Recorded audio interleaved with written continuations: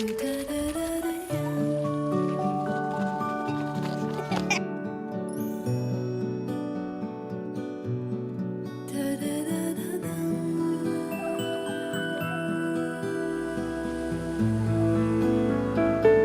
true potential of a nation depends on the health, education, and quality of its future citizens. But in present-day India, one of the main challenges in providing continuous education to a child is migration. This phenomenon impacts the access of a migrant child to schools due to language, distance, and economic reasons. Migration is one of the global issues of this century. It is caused by one of two major factors: natural calamities and better employment opportunities. In India alone, more than 30 million migrate every year in search of jobs. Most of the people who migrate work in brick kilns, construction, and other informal sectors. Families mostly migrate together as a unit, and the most vulnerable part of the families, their children, are left with no choice but to be absorbed into the workforce that employs their parents, thus promoting child labor as well.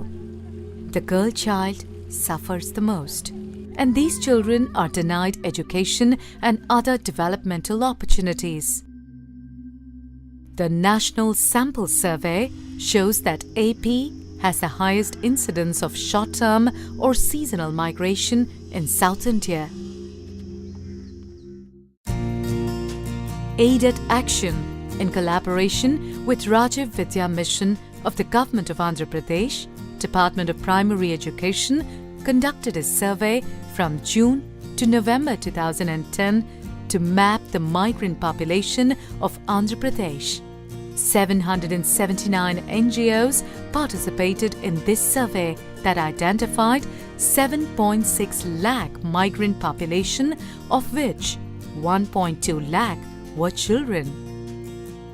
It was found that the children get lost in the intergenerational development process along with their peers in the source area as well as in the destination areas, as they primarily lose the opportunity of education and overall well-being because they either drop out or are never enrolled for education. Migrant children form the largest group of vulnerable and excluded children, and with our experience we realized that the only way by which we can find the lasting solution is through a comprehensive approach and by involving multiple stakeholders. Using the opportunity, we collaborated with the government of Andhra Pradesh in India, and we involved a large number of civil society organizations, government, academic institutions, as well as corporate sector to see that we develop a sustainable mechanism which has positive impact on migrant children and their education. Given this situation, the data was jointly validated by Rajiv Vidya Mission, SSA, and Aided Action during the period December 2010 to mid-January 2011, and an action plan was arrived at. Under the realm of Right of Children to Free and Compulsory Education Act 2009, Aided Action, in partnership with 142 NGOs, initiated 714 work-site schools and 480 seasonal hostels across the 22 districts of Andhra Pradesh. The primary objective of this initiative is to allow the children to access basic education at the source and in destination areas. Particularly Adilabad lo ఎక్కువ శాతం మహారాష్ట్ర నుండి ginning ఫ్యాక్టరీస్కు migrate అయ్యి వస్తారు parents. వాళ్ళతో పాటు చిన్న పిల్లలు వాళ్ళతో ఇక్కడికి వచ్చేస్తారు. వాళ్ళ ఎడ్యుకేషన్ డిస్కంటిన్యూ అవుతుంది.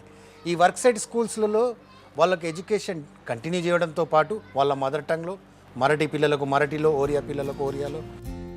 The idea is to continue education of these migrant children and encourage them to go to age-appropriate classes and gain confidence while also countering child labor in the process. మేము ఇక్కడ బతకనికి వచ్చాం sir. మాది మహబూబ్నగర్ జిల్లా. అయితే మాకు ఇక్కడ సార్లు పిల్లలు తీసుకుని వెళ్తే డెంగలు తగులుతున్నాయి, కింద పడుతున్నాయని చెప్పి సార్లు బెరిచిన వరకు ఇక్కడ మాకు స్కూల్ పెట్టినది కాబట్టి మంచిగా అయింది. మా పిల్లలు ఇక్కడ బాగానే స్కూల్ చదువుతున్నారు. చదువు లేక ఎట్లా పాడైపోతారు అనుకున్నాము. ఇక్కడ మాకు పిల్లలు చదువుకోవటానికి కానీ టీచర్స్ ఉన్నారు. పిల్లలందరినీ చక్కగా స్కూల్కి తీసుకొస్తారు. Aided Action facilitated the process of establishing the schools in or near work sites at destination, and Rajiv Vidya Mission ensured midday meal in local government schools for worksite children. Aided Action recruited education cadre from source locations and also provided teaching learning material to children in their local language. Exams were conducted and promotion certificates were issued to all those who successfully completed classes, and these children are reintegrated in the local government schools at source villages. Towards facilitating and supporting Rajiv Vidya Mission in the state of Andhra Pradesh, Aided Action has taken the responsibility of this support role by partnering with 142 NGOs across the state of Andhra Pradesh, who are covering both inter and intra-state children. The primary objective of running the seasonal hostels, which are residential facilities, is to arrest child migration, and the education cadre also convince the parents to leave their children in these hostels.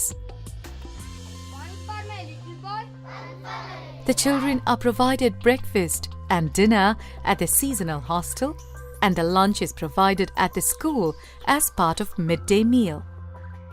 మా అమ్మ వాళ్ళు మద్రాస్ వెళ్ళారు. నేను కూడా వాళ్ళతో కలిసి వెళ్తే అక్కడ చదువు ఏటి చదువుకోలేదండి. మళ్ళీ వచ్చాను. ఇక్కడ సీజనల్ హాస్టల్ పెట్టారని తెలిస్తే ఇక్కడికి వచ్చాను. ఇక్కడ అన్నీ బాగానే పెడుతున్నారు. పెట్లు, సోపులు, బ్రష్లు ఇవన్నీ ఇచ్చారు.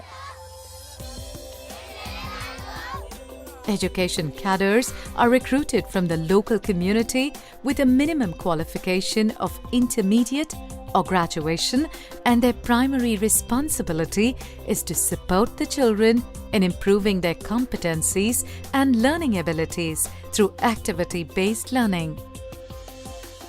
మా స్కూల్లో ఏ వర్క్ అయితే ఇస్తున్నామో ఆ పిల్లలకి సీజనల్ హాస్టల్లో ఉండేటటువంటి టీచర్స్ మరింత ఎక్కువగా ఎక్సర్సైజ్ చేయించడం వలన వాళ్ళు విద్యలో మరింత ఫస్ట్ ప్లేస్లో ఉన్నారు వాళ్ళు.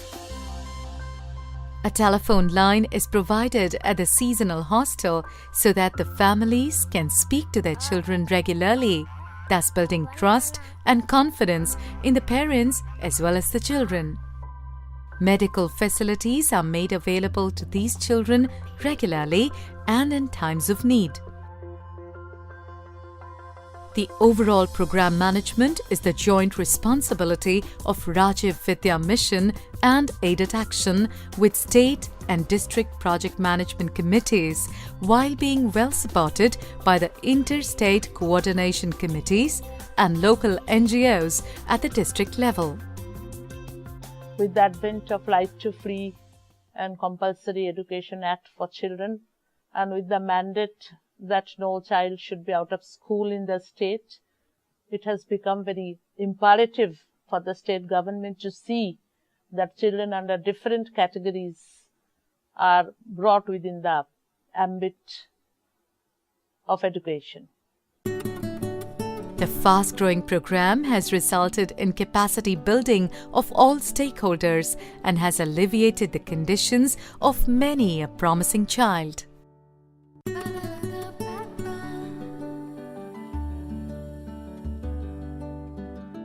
Children are a promise for tomorrow. They are our future and we must protect them. And what we teach them today will shape our world tomorrow.